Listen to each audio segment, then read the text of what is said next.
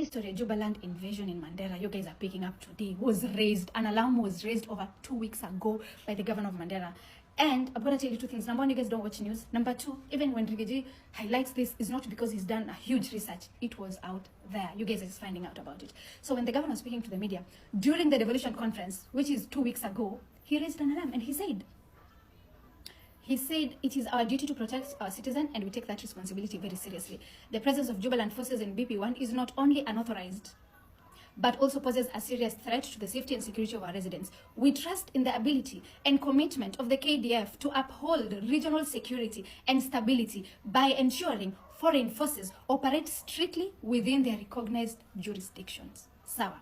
And he says we hereby demand for the immediate relocation of JUBALAND forces from BP1 back to Somalia. 2 weeks ago, an alarm was raised. Oh, instead of attacking me, they should be protecting the people. An alarm was raised. An alarm was raised. Now to security matters, where Mandera Governor Mohammed Khalif has appealed for security officers in the border county to flush out what he termed as JUBALAND insurgent causing insecurity. The call comes a day after one person died and one other was injured after they stepped on an IED on Wednesday. The county chief further expressed concerns about a possible, or rather the possibility, of this spilling insecurity from Somalia to the whole country. So when the fighting happens on the other side, and when one group is overpowered, they relocate to Mandera town. As we have been saying for the last couple of days, the JUBALAND forces have been pushed out of Bulhawa, that is the Somalia town, and they are operating from the Mandera side, a place called BP1. Last night, unfortunately, we lost a mother. Now that we've established an alarm was raised over 2 weeks ago, I'm going to take you through the basics. Number one, Mandera is geographically by God himself placed between two countries, that is Somalia and Ethiopia. So if there is war in any of these countries, it is most likely going to spill over. It is a risk being placed between two countries. It is a risky place to be placed, okay?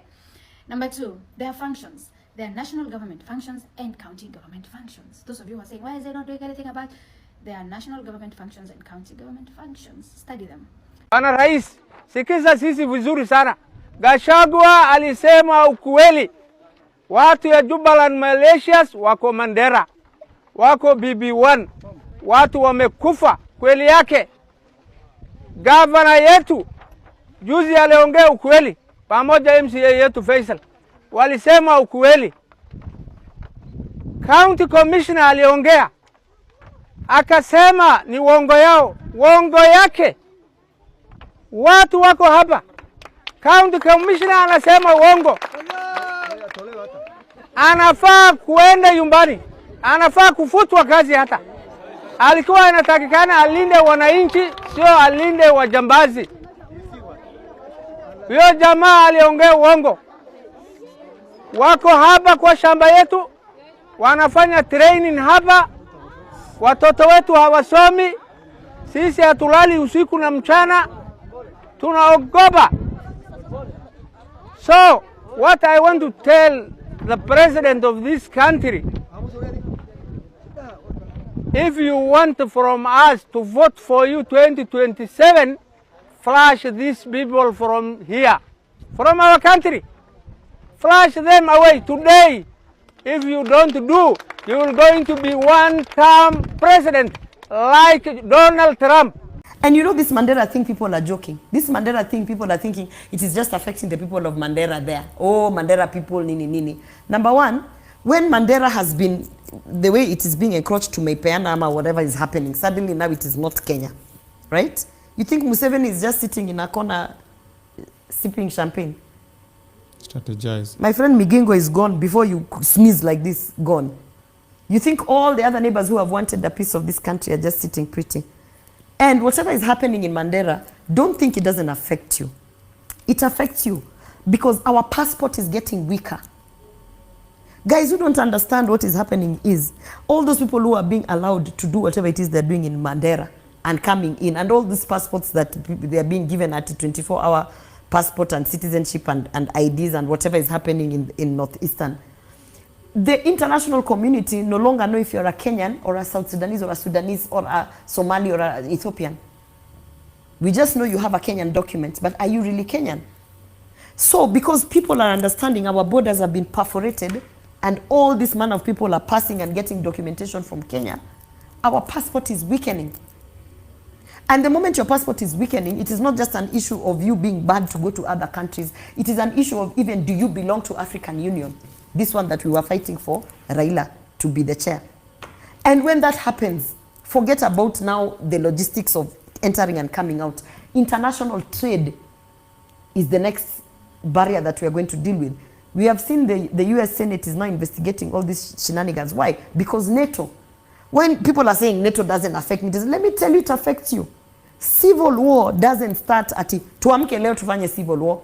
It starts by the deterioration of independent institutions. You kill the police force, you kill the military, you kill independent institutions, you kill parliament, you kill, we are selling off Kenya pipeline and all this independent. And then what do you remain with? You remain with a shell of a country. When you have a shell of a country, you are so vulnerable.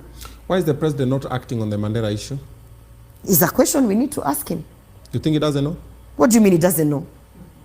Me, I saw Rigiji on this chair in Wamunyoro telling us things. Even I was shocked. You know, there are things I know and then there are things I'm like, no wonder that day. I didn't know about that. Of course he knows. I have seen videos. Caroline Mtuku has posted on her, by the way.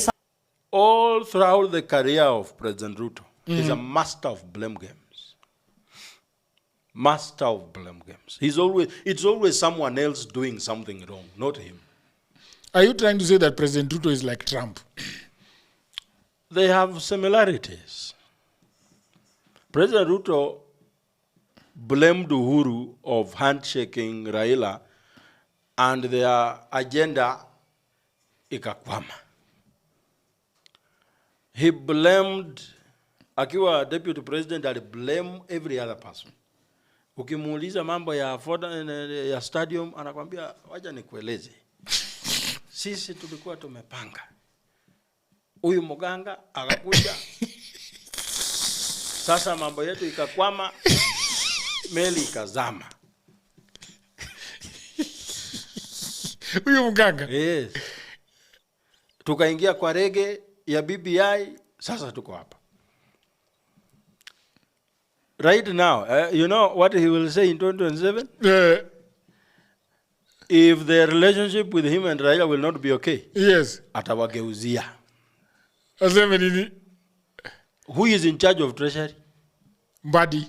Who is in charge of energy? I don't Opia Wandai. Hey. Who is in charge of mining and the blue economy? Huyu jamaa wa Mombasa. Cooperatives and SMEs? Oparanya. Yes. They are literally in charge of everything that matters. Energy, pesa, biashara, na mining. Minerals of the country. So anaweza wageuzia aseme shida sio yeye. Hawa wangwana walipiga kelele na kizungu mingi. Hata wale watu Yubara. Wale watu nilikuwa nimechagua hawajui kazi.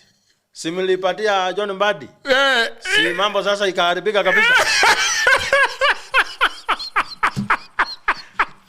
At the experts. My goodness. Hata wageuzia. Sema mimi mambo ya stima kulikuanga na mambo mingi nikapatia huyo expert, huyo pia Wandai. Mambo ya pesa nikapatia huyu ndugu wa Paranya.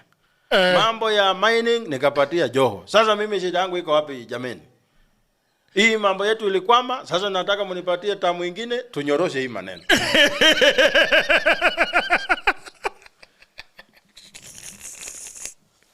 Watajitetea waseme nini? Unajua wangejitetea kama wangepewa nafasi. Lakini watajitetea wakisema aje. Kwa sababu ulipewa.